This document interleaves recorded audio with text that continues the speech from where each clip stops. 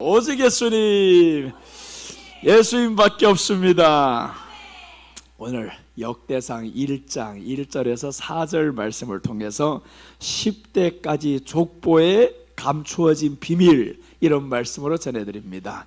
오늘 본문은요, 아담부터 노아까지 10대입니다. 이 10대까지 족보에 감추어진 비밀이 있다라는 거죠. 그냥 족보만 하나님이 기록하기 위해서 그렇게 된 게 아닙니다. 이 속에는 하나님의 감추어진 비밀을 지금 있는데 오늘 이 시간에 그 비밀을 캐내야 됩니다. 감추어진 보석을 캐낼 때 우리에게는 기쁨이 있어요. 그래서 오늘 그 비밀을 캐낼 겁니다.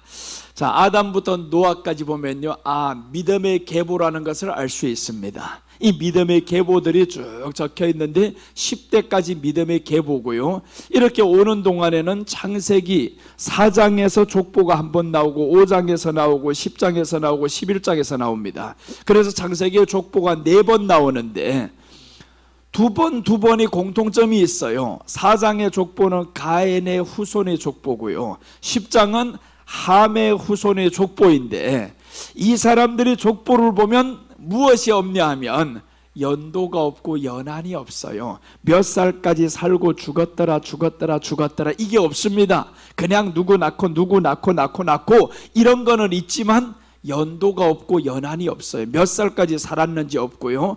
5장에서는 아담의 후손과 11장에서는 셈의 후손입니다. 그렇게 해서 셈의 후손을 통해서 12장에 이제 아브라함이 연결이 된단 말이에요. 여기에서 보면 뭐가 나오냐면 두 족보의 공통점이 있는데 몇 살까지 살고 죽었더라, 몇 살까지 살고 죽었더라. 죽는다라는 게 여기에는 중요한 게 아닙니다. 몇 살까지 살았냐가 중요합니다. 그것은 하나님께서 이 믿음의 계보들을 나아가는 사람들은요, 그들의 하루하루를 하나님이 기억하고 계신다라는 말이죠. 그래서 이제 이사야서 49장 16절에서는 하나님이 내 백성은 내가 내 손바닥에 새겼다, 그렇게 말씀을 하죠. 내 손바닥에 새겼으니까 저희들이 하루하루를 우리 주님이 기억을 하신다라는 겁니다. 사람들이 사는 건 똑같이 삽니다. 그런데 그 하루하루를 하나님이 기억하시냐가 중요한 겁니다. 그리고 이사야서에 말씀하죠. 그들이 성벽이 항상 내 앞에 있다라고 말씀을 했어요. 하나님의 손바닥에 기록한 사람들의 성벽은 하나님 앞에 있습니다. 그것이 바로 우리들의 환경이 하나님 앞에 있어야 된다라는 거죠. 그래서 우리는 하나님의 그 기억하시는 사람들, 하루하루를 기억해 주시는 사람들, 이런 사람들은 하나님께서 환경을 지켜주신다라는 겁니다. 그래서 금년 한 해 우리는 하나님의 지켜주심을 받는 사람들이 되어야 됩니다. 자, 오늘 이 말씀을 통해서 10대까지 족보에 감추어진 비밀을 보겠습니다. 첫째, 아담, 셋, 에노스, 이 사람들을 통해 봅니다. 1절에서 나오는 말씀입니다. 아담, 셋, 에노스, 이렇게 하고 없어요. 이 아담은 누구를 대표하냐 하면 로마서 5장 14절에서 나오는 말씀인데 오실 자의 표상이다 라고 말씀했어요. 아담은 오실 자의 표상이다, 즉 예수님의 예표다 라는 말이죠. 그래서 아담 속에서 우리가 봐야 될 것이 누구냐 하면 예수님입니다.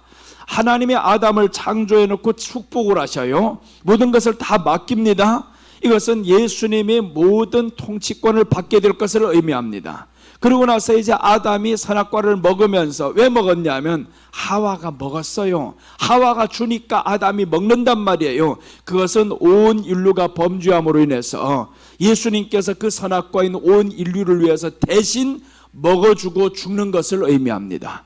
그래서 예수님이 이렇게 죽게 될 것을 아담을 통해서 이미 감추어졌다라는 겁니다. 그래서 오늘 아담, 셋, 에노스, 이 사람들은 무엇을 의미하냐면 아담은 오실 예수님의 예표, 즉 이제 예수님의 예표죠. 그럼 셋과 에노스가 있단 말이에요. 이 셋과 에노스를 통해서 성경을 통해서 한번 보겠습니다. 먼저 창세기 3장 19절 보시면요, 네가 흙으로 돌아갈 때까지 얼굴에 땀을 흘려야 먹을 것을 먹으리니 네가 그것에서 취함을 입었음이라. 네가 흙이니 흙으로 돌아갈 것이니라 하시니라. 아담이 그의 아내의 이름을 하와라 불렀으니 그는 모든 산자의 어머니가 됨이라. 이제 아담이 그 죄의 결과를 받게 되는데 저주받습니다. 네가 선악과를 먹었지, 하와가 주는 선악과를 먹었지. 그러니까 이 사람이 그때부터 저주를 받는데 흙으로 돌아간다라는 것을 죽는다란 말이죠. 너 이제 죽는다. 그러면서 이제 죽는다라는 이 말씀을 들으면서 아담이 여기에서 뭐라고 말씀하냐면 20절에 보니까 아담이 그의 아내의 이름을 하와라 불렀으니 그는 모든 산자의 어머니가 됨이라. 자 보세요. 아담의 죽음으로 인해서 여자는 산자의 어미가 됩니다. 예수님의 죽음으로 인해서 교회를 통해서 이제 산자의 어머니가 됩니다. 그래서 이제 살고 싶은 사람들 다 어떻게 해야 되냐면 교회 안으로 들어와야 되는 겁니다. 그러니까 오늘 이 아담은 오실 예수님, 즉 초림 예수님을 의미합니다. 초림 예수님을 의미하는데 그 다음에 여기서 셈이 나온단 말이에요. 셈을 통해서 보면 창세기 4장에서 또한 나옵니다. 4장 25절 26절 보시면 아담이 다시 자기 아내와 동침하매 그가 아들을 낳아 그의 이름을 셋이라 하였으니 이는 하나님이 내게 가인이 죽인 아벨 대신에 다른 씨를 주셨다 함이며 셋 또 아들을 낳고 그의 이름을 에노스라 하였으며 그때 사람들이 비로소 여호와의 이름을 불렀더라. 자 이제 보시면 아담이 셋을 낳고 라고 했는데 이 셋을 어떻게 낳냐 하면요, 가인이 죽인 대신이랍니다. 가인이 아벨을 죽였단 말이에요. 아벨을 죽였다라는 것은 그 십자가에 못 박혀 죽으실 예수님을 의미합니다. 그 대신에 셋을 주셨어요. 셋을 주셨다는 건 부활한 것을 의미하죠. 대신에 주셨으니까 이것은 죽었다, 죽은 대신에 주었으니까 부활하신 예수님을 대표한다. 이거 셋은 부활하신 예수님을 대표하는데 셋이 이제 아들을 낳습니다. 셋이 아들을 낳으면서 이때부터 역사가 일어나는데 셋도 아들을 낳고 그의 이름을 에노스라 했으며 그때의 사람들이 비로소 여호와의 이름을 불렀더라. 그러니까 에노스 때부터 하나님의 이름을 부른다라는 겁니다. 셋 때부터 아닙니다. 셋은 부활하신 예수님을 대표했다고 하면 이 부활하신 예수님이 이제 올라가면서 누구를 보내냐 하면 성령을 보내는 거죠. 그래서 이제 이 뒤에서 나오는 여기에 에노스는 무엇을 대표하냐? 성령 임재를 대표합니다. 성령님이 임재하니까 그때부터 사람들이 하나님의 이름을 불렀더라. 그러니까 오늘 여기에서 아담, 셋, 에노스는 무엇을 대표하냐면 초림 예수님, 부활하신 예수님, 성령 임재까지 지금 예표가 되는 거예요. 세 사람의 이름인데 초림 예수님이 예표가 되죠. 십자가에 죽어서 부활하신 예수님이 예표가 되죠. 그래서 이제 가인이 아벨을 죽인 대신에 얻은 아들이 지금 셋이다라고 했습니다. 죽인 아들. 그러니까 예수님이 이 땅에 오셔서 죽임 당했어요. 누구에게 죽임 당했냐? 가인에게 죽임을 당합니다. 하나님 앞에서 죽어있는 예배를 드리는 사람들, 거짓 사람들, 이스라엘 사람들에게 그때 당시에는 하나님이 없어요, 타락했어요. 그런데 예배 드리는 흉내만 내는 것들이 지금 예수님을 죽였단 말이에요. 그게 바로 아벨입니다. 아벨 그렇게 죽임을 당했어요. 예수님이 이 땅에 오셔서 그렇게 죽임 당합니다. 이런 거짓된 사람들에게 죽임을 당했어요. 죽임 당한 이 예수님을 하나님이 살리셨습니다. 가인이 아벨을 죽인 대신에 다른 씨를 주셨는데 바로 부활하신 예수님. 그래서 부활하신 예수님은 셋을 오늘 여기에 예표하는가 하면 셋이 아들을 낳았더니 부활하신 예수님이 올라가면서 보내주신 성령님이 왔더니 그때부터 사람들이 하나님을 아버지라 부르게 됩니다. 여러분 오늘 이 깊은 말씀이 우리 안에 있어요. 예수님 이 땅에 오심으로 인해서 우리 죄를 담당해 주셨고 우리 모든 저주를 담당해 주신 것 때문에 우리가 살아났습니다. 그래서 우리가 산자의 어미다. 그 산자의 어미가 누구냐? 교회라는 거죠. 교회가 살아있는 자다. 그러니까 여러분 우리는 교회를 소중하게 여겨야 됩니다. 왜 우리 나가서 이렇게 광화문에 집회하고 모든 것들을 하냐 하면 교회를 지키기 위함 때문이 아닙니까? 교회와 상관없으면 의미 없어요. 그냥 불신자들이 나아가서 애국 활동을 할 수는 있지만 우리가 할 수 있는 건 뭐냐 하면 자유민주주의가 있어야 할 이유는 교회의 존재 때문에 그럽니다. 교회의 존재, 이 교회가 하나님 앞에서 말씀을 지키기에는 자유민주주의가 있어야 교회가 있단 말이에요.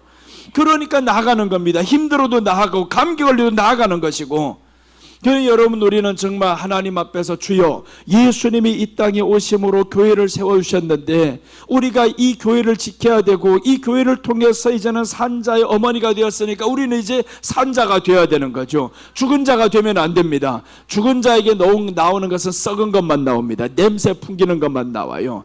그러니까 산자들이 정치를 해야 이게 뭐 살아있는 법을 세우지, 사람들에게 평안을 주죠. 그러니까 성령님이 오면서 사람들에게 주신 것이 있습니다. 평강이 있을지어다 라고 했죠. 성령님이 오니까 우리에게 살아있는 것들만 증거되는데, 성령님이 없는 사람에게는 항상 말만 해도요 부정적인 말만 합니다. 성령이 충만하신 증거는 뭐냐 하면 이 안에는 살아있는 생각들이 나와요. 왜 그러냐면 내 안에는 살아있으니까 부정적인 말이 안 나옵니다. 그러니까 우리는 이제 입술을 빨리 바꿔야 되는데, 주여 내가 살아있다고 하면 그러면 이 안에는 부정적인 말이 나오지 말아야 됩니다. 왜 그러냐면 죽어있는 사람은 반드시 죽음으로 갈 수밖에 없습니다. 암에 걸려서 계속 이렇게 골골골골 거리는 사람들이 죽음으로 갈 수밖에 없습니다. 그런데 건강한 사람은, 건강한 입술은요, 이 사람은 끝까지 살아있는 말만 하다 보니까 이런 사람은 잘 되는 일만 있어요. 그래서 우리 안에는 성령님이 임한 사람은 부정적인 말을 버리자라는 겁니다. 살아있는 말만 하셔야 됩니다. 특별히 금년 안에는 기도하는 사람들은 더욱 입술에 살아있는 말만 해야 됩니다. 살아있는 말만 해야지 이 부정한 말을 하기 시작하면 환경이 죽기 시작합니다. 우리들의 환경이 계속 죽어요. 안 되는 사람들의 특징이 있습니다. 모든 환경을 부정적으로 봅니다. 내게 일어난 일들 부정적으로 봅니다. 그럼 이 사람에게는 반드시 죽음의 환경이 오게 되어 있습니다. 죄가 들어오니까 죄의 결과가 뭐냐면 사망이라고 성경이 말씀하죠. 그 죄는 우리로 하여금 생명으로 끌고 안 갑니다. 생명으로 이끌고 가는 것은 성령님인데, 오늘 에노스가 나오면서 그때부터 사람들이 하나님의 이름을 불렀더라라고 했습니다. 우리 안에 성령님이 임했으면요, 하나님의 이름은 생명입니다. 예수님은 우리에게 주시는 게 생명입니다.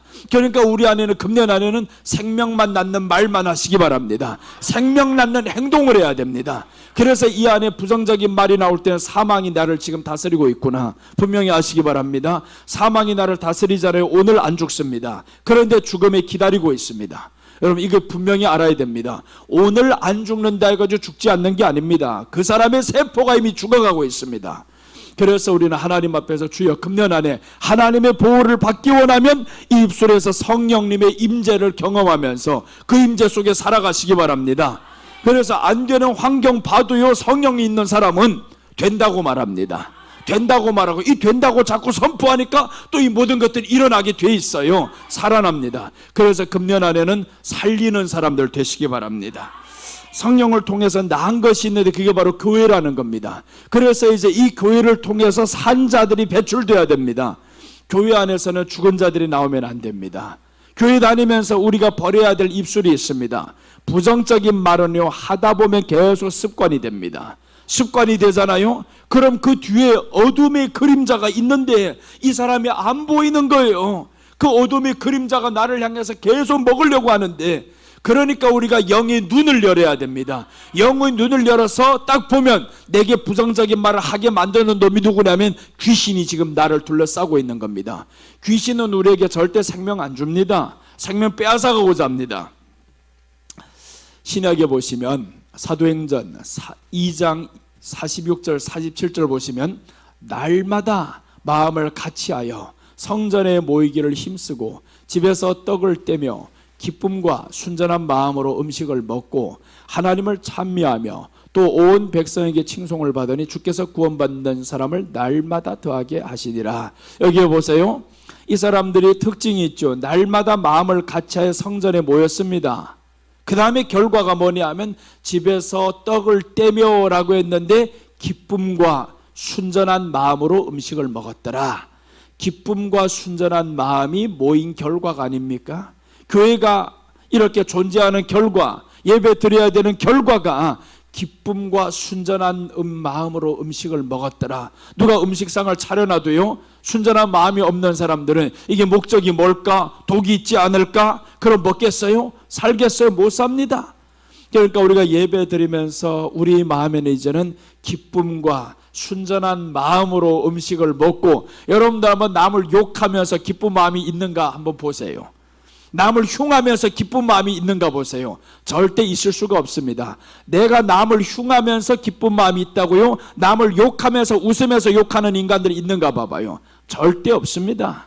그러니까 오늘 우리가 여기에서 날마다 마음을 같이 해서 모였는데, 이 사람들이 결과가 기쁨과 순전한 마음이라고 했어요. 에노스가 하나님을 불렀더라 라고 했는데, 그때부터 성령을 받고 났더니 사람들 안에는 기쁨이 있었습니다. 순전한 마음이 있었어요. 그래서 우리 안에 순전한 마음 가지시기 바랍니다. 순전하다, 순결하다, 뭔 좀 하면요, 의도가 무엇일까 자꾸 이런 생각을 합니다.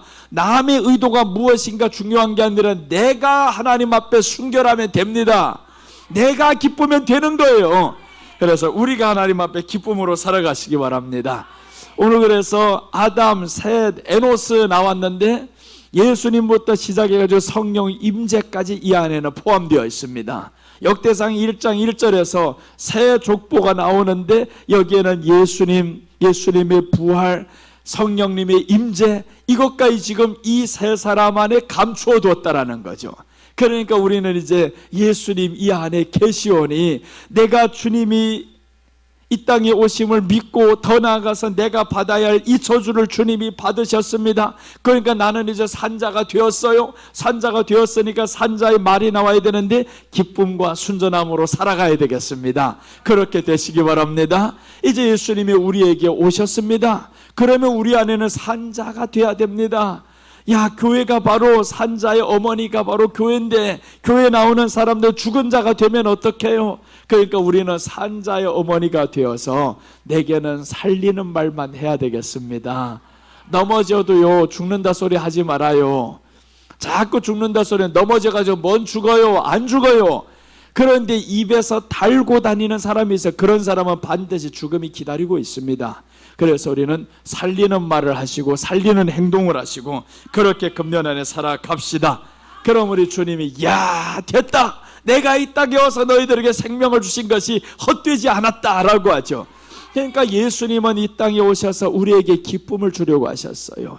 기쁨을 주려고 아담, 셋, 에노스까지 왔는데, 에노스가 여호와의 이름을 불렀더라. 하나님의 이름을 불러야 기쁨이 옵니다.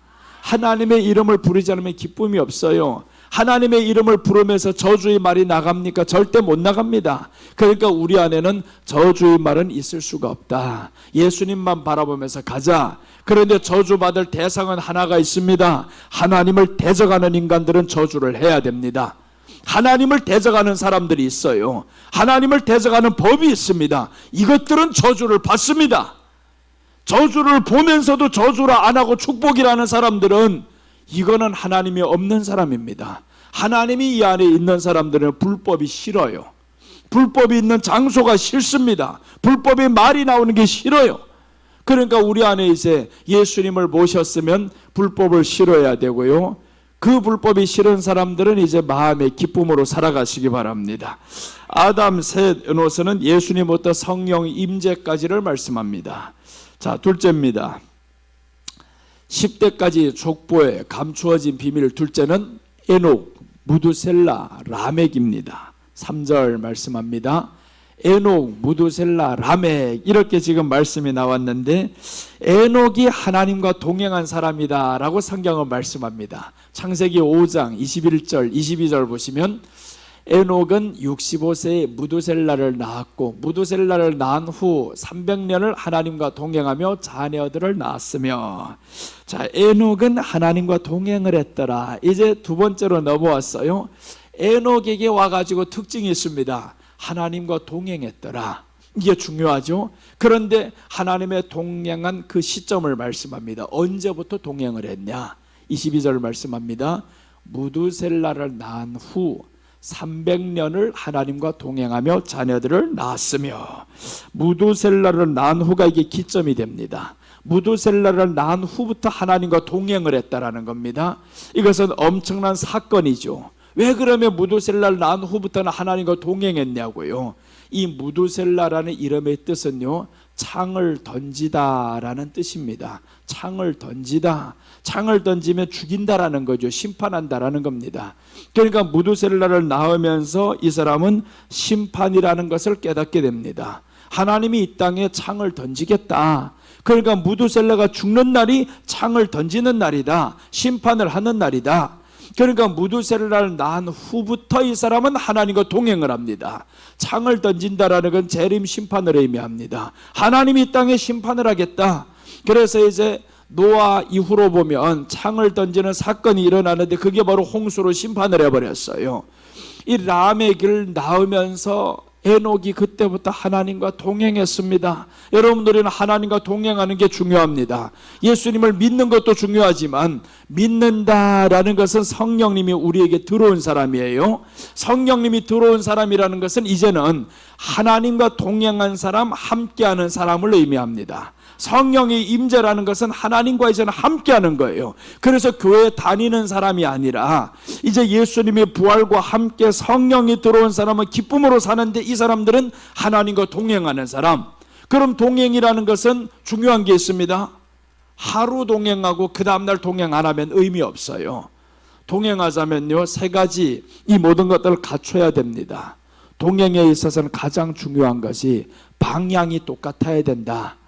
방향이 같지 않으면 힘들잖아요. 좌파 우파가 같이 할 수 있습니까? 같이 못합니다. 함께 못해요. 방향이 안 같으면요, 정말 어느 한 사람은 사는 게 죽을 지경입니다. 방향이 안 같으면 안 돼요. 그래서 에녹은 하나님과 동행했더라라는 게 방향이 똑같았죠.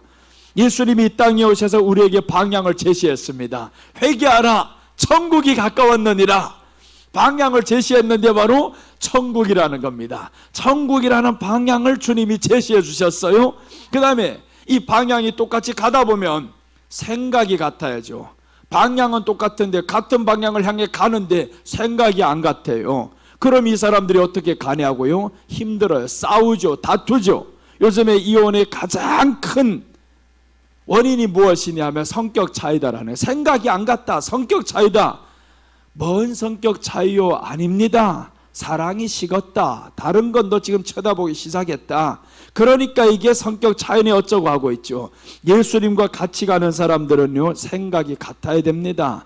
주님이 이 안에 계시면 우리는 누구의 생각을 따라야 되냐? 주님의 생각을 따라야 됩니다. 그래서 예수님은 이 땅에서 하나님과 생각이 같다라는 것을 보여줍니다. 예수님은 이렇게 말씀해요. 하나님이 일하시니 나도 일하신다. 하나님이 나보고 하라는 말 외에는 나는 하지 않는다. 이게 바로 생각이 같은 사람입니다. 그러니까 동행이 되죠. 하나님과 예수님이 이 땅에 오셔서 동행했습니다. 나와 아버지는 하나이니라 라는 건 동행을 의미합니다. 그러니까 생각이 같다라는 게 확실했어요. 방향은 천국입니다. 예수님이 이 땅에서 말씀했어요. 내가 가서 너희를 나 있는 곳에 다시 오게 하리라. 이 간다라는 건 천국이죠. 천국에 가서 거처를 예비하면 너희를 나 있는 곳에 다시 있게 하리라. 이렇게 말씀했는데 방향이 같았다. 생각이 같았다. 생각이 같아야 됩니다. 그래서 우리 안에 육신의 생각은 사망이요 라고 하죠. 육신의 생각은 하나님을 기쁘게 할 수도 없음이라 라고 말씀을 합니다. 우리 안에 육신의 생각이 빨리 죽어야 됩니다. 하나님 성령으로 이 안에 생각을 가득히 채워놔야 됩니다. 육신의 생각은 반드시 우리를 사망으로 이끌고 갈 수밖에 없습니다. 그래서 내가 하는 말이 육신의 말인지 성령의 소리인지 여러분들 분별하는 한 해가 되시기 바랍니다. 육신의 말은 되도록이면 하지 마세요. 육신의 말을 하다 보면 사망이 나를 계속 이끌고 갑니다. 자, 그리고 마지막 하나 중요한 것은 속도입니다. 속도가 같아야 되죠.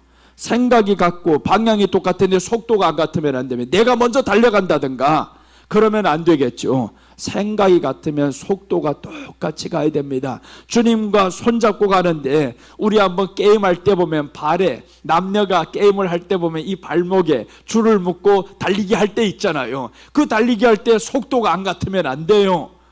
방향도 똑같아야 되고 속도도 똑같아야 되고요. 이 모든 생각이 똑같아요. 그래서 먼저 딱 맞추잖아요. 오른발부터. 내가 오른발, 당신은 왼발. 이렇게 해서 척척척 하고 이게 속도가 같아야 된단 말이에요. 근데 속도가 같다가 100m까지 가는데 여러분 10m까지만 속도가 같고 방향이 같으면 그럼 달리지 못하겠죠. 그래서 이 모든 세 가지를 이끌고 가는 것, 하나님의 동행과 함께 갈 수 있는 가장 중요한 것이 있는데 지속성입니다. 계속 지속적으로 이렇게 같아지기를 바랍니다. 하루 충만 누구 못하겠어요? 하루 똑같이 누구 못 가냐고요? 결혼할 때는 백발이 될 때까지 사랑하며 살리다 그 하루를 누가 고백 못합니까? 다 하지. 그렇잖아요. 하루는 그렇게 했어요. 그런데 1년이 지나고 2년이 지나고 이게 단거리가 되어버렸습니다.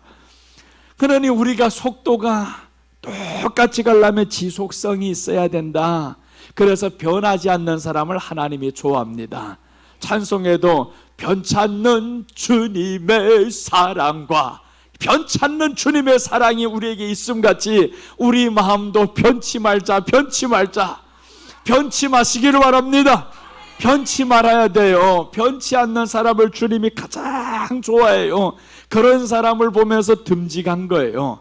야, 이 사람은 변함이 없어. 뭘 하든지 변함이 없어. 그게 얼마나 맡기기 좋겠습니까? 변함없는 사람.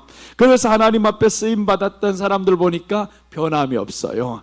비가 오나 눈이 오나 변함이 없고, 내 생각과 달라도 변함이 없고, 모세를 보면요, 변함이 없는 사람입니다. 처음부터 모세는 하나님 앞에서 주여, 내가 40세가 되어가지고 이제 내 나라 백성들을 구원해 보리이다. 나가서 이제 이스라엘 백성들을 위해서 일을 하려고 했는데 웬 이스라엘 백성들로부터 배신감을 느낍니다. 저들 때문에 쫓겨나갑니다. 그리고 80세 하나님이 다시 나타나셔서 너 이스라엘 백성들 위해서 가라 하니까 저희 생각은 똑같이 변함이 없습니다. 단지 하나의 마음이 있죠. 하나님, 나 이스라엘 백성들 구원하러 가는 데는 변함이 없어요. 그런데 두려움이 있습니다. 저희들이 하나님의 이름을 물으면서 그 이름이 무엇이냐고 하면 내가 뭐라고 할까요? 둘째는 내게 두려움이 있습니다.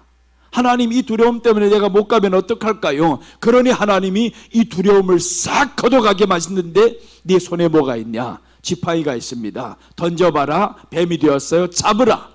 그러니 하나님이 이 마음속에 있는 두려움 싹 가시게 만든 다음에 가라고 하는데 이 가운데 보면 이스라엘을 향한 그 마음이 변함이 없습니다. 이것을 보면 예수님을 보여주죠.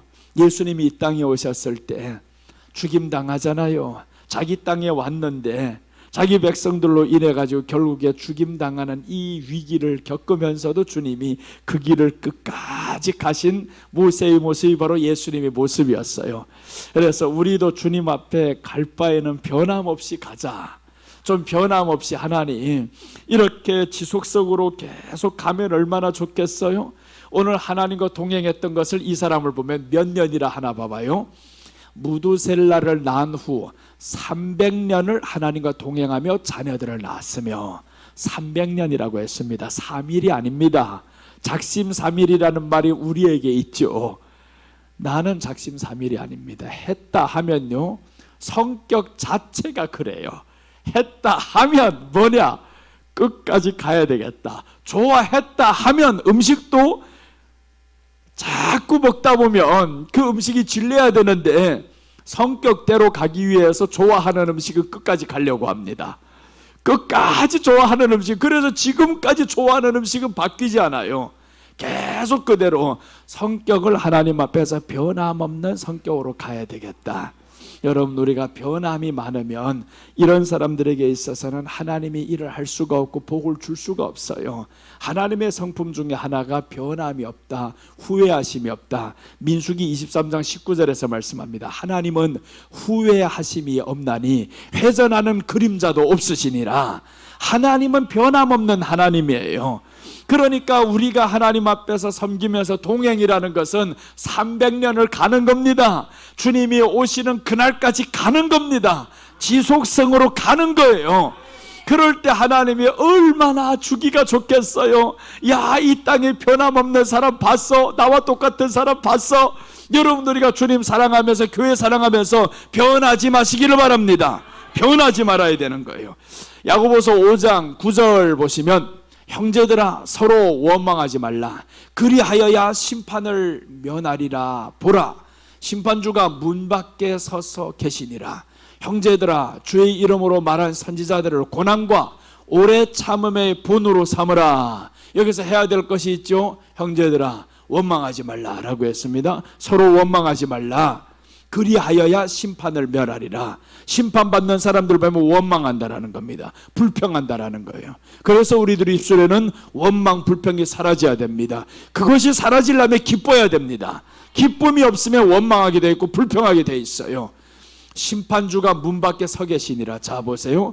오늘 에녹이 이렇게 하나님과 동행할 수 있었던 것은 심판주가 문 밖에 서 계시는 겁니다. 무드셀라를 보면서 심판주가 문 밖에 서 계시는 겁니다. 그러니 정확하게 무드셀라가 죽으면서 노아 600세 되던 해에 하나님이 홍수를 내려버렸습니다. 하나님의 약속은 정확했습니다. 내 아들이 죽으면 내가 이 땅을 심판하리라. 노아의 라멕에게 이 에녹에게 주었던 하나님의 말씀이 바로 내 아들이 죽으면 심판받는다.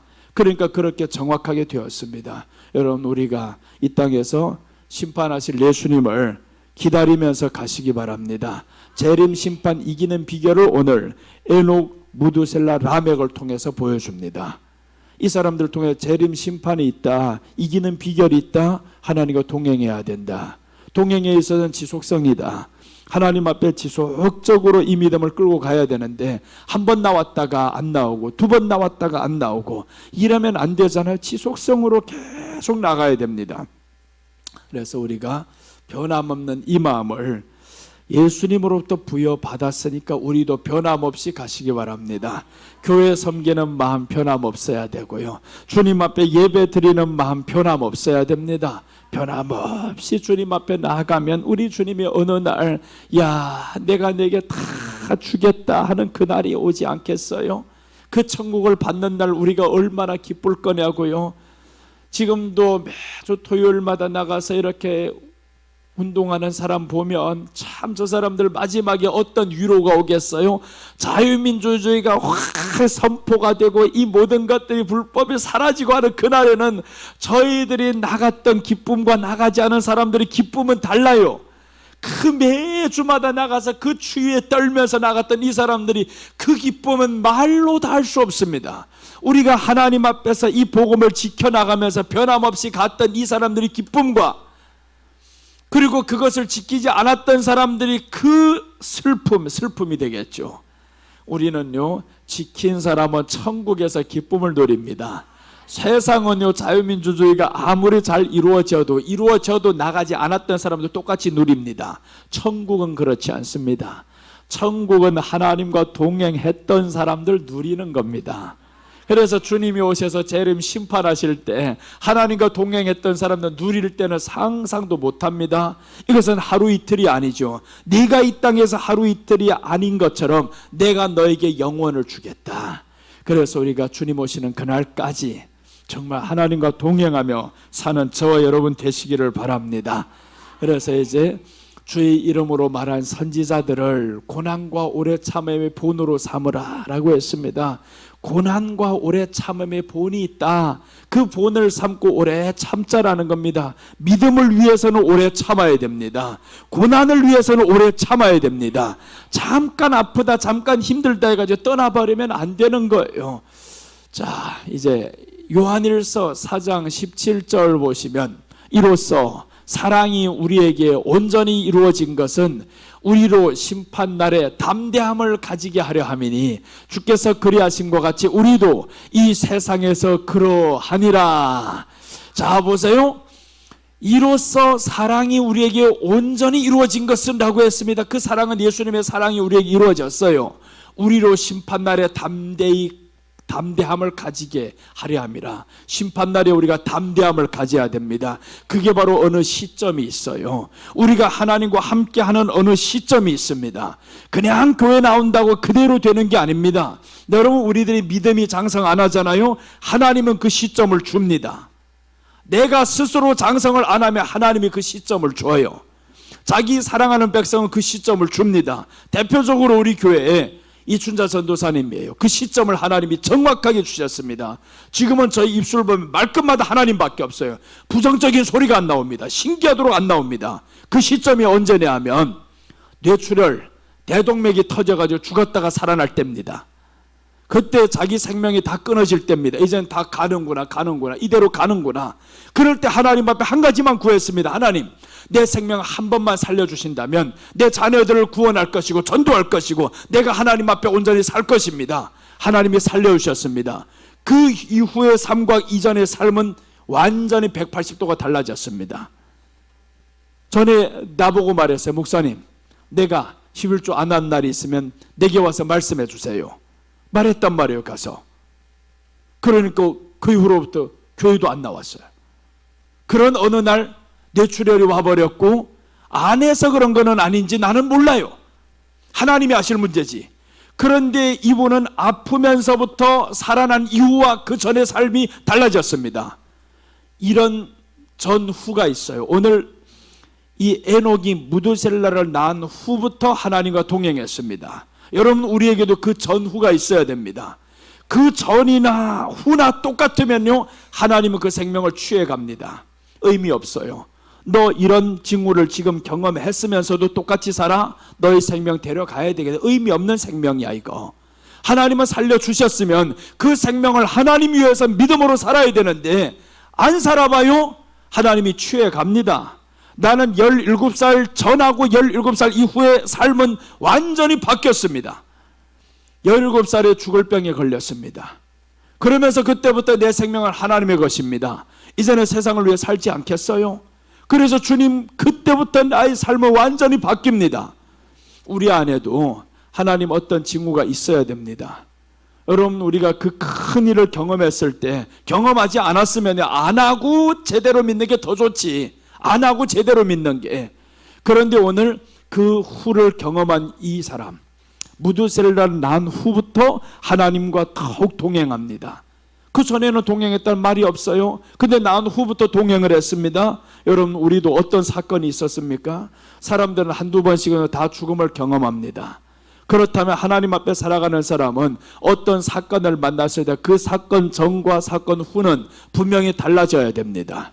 그것을 놓치면 이 사람에게 있어서는 엄청난 큰 축복을 지금 놓치게 되는 겁니다. 대표적으로 이분은 보세요. 이렇게 붙잡았잖아요. 오히려 그것이 내게는 더 큰 축복이었다라고 합니다. 그것이 내게는 축복이, 만약에 그때 그것이 아니었더라면 나는 하나님을 온전히 의지하지 못하였을 것인데, 그 축복의 사건을 놓치면 우리는 가게 되어 있습니다. 하나님의 생명을 너 이 큰 사건을 통해 살려줬어요. 그런데 너 계속 그렇게 살아? 지금이나 그전이나 똑같이 살아? 분명히 경고합니다. 데려갑니다. 의미 없는 생명입니다. 그럼 의미 없는 생명이 되는 거예요. 하나님은 내가 내게 준 이 생명, 내게 준 이 믿음, 성령을 주셨지, 믿음을 가졌지, 하나님 앞에서 구해달래서 살려달래서 살려줬지, 그럼 생명을 받았어요.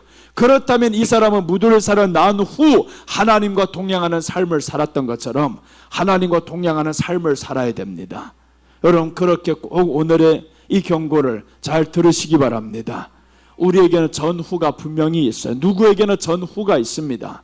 그래서 오늘 이 에녹이 재림 심판 이기는 비결이 바로 하나님과 동행을 했는데 무두셀라를 낳은 후라는 이 엄청난 사건이 있었습니다. 어떤 사람을 보세요.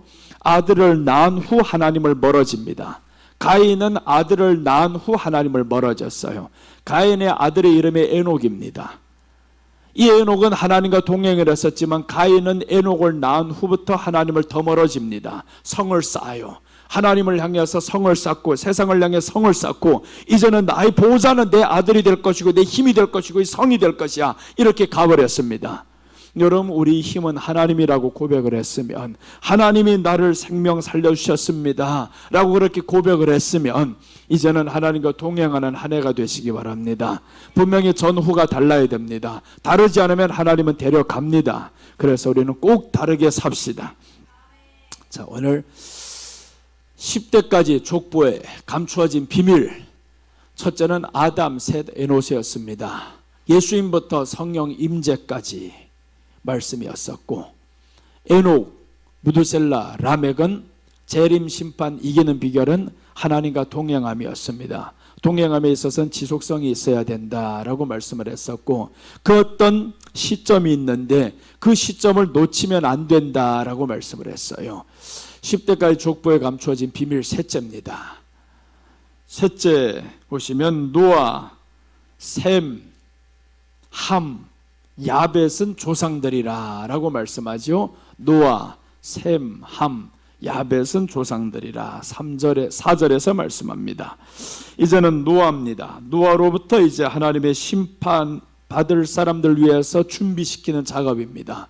하나님이 이 땅에 사람 지으셨음을 이미 한탄했어요. 아유, 이제 더 이상 희망이 없다.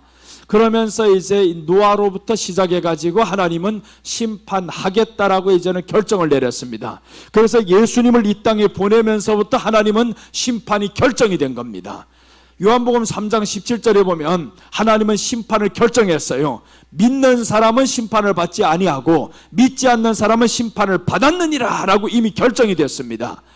우리 한번 창세기 6장 7절 보시면, 내가 창조한 사람을 내가 지면에서 쓸어버리되 사람으로부터 가축과 기는 것과 공중의 새까지 그리하리니 이는 내가 그것들을 지었음을 한탄함이라 하시니라. 그러나 노아는 여호와께 은혜를 입었더라. 자 보세요. 드디어 이제 이 약속이 이루어집니다. 무두셀라 죽을 때 됐다 이 말이죠. 이제는 무두셀라가 죽을 날이 얼마 남지 않았다.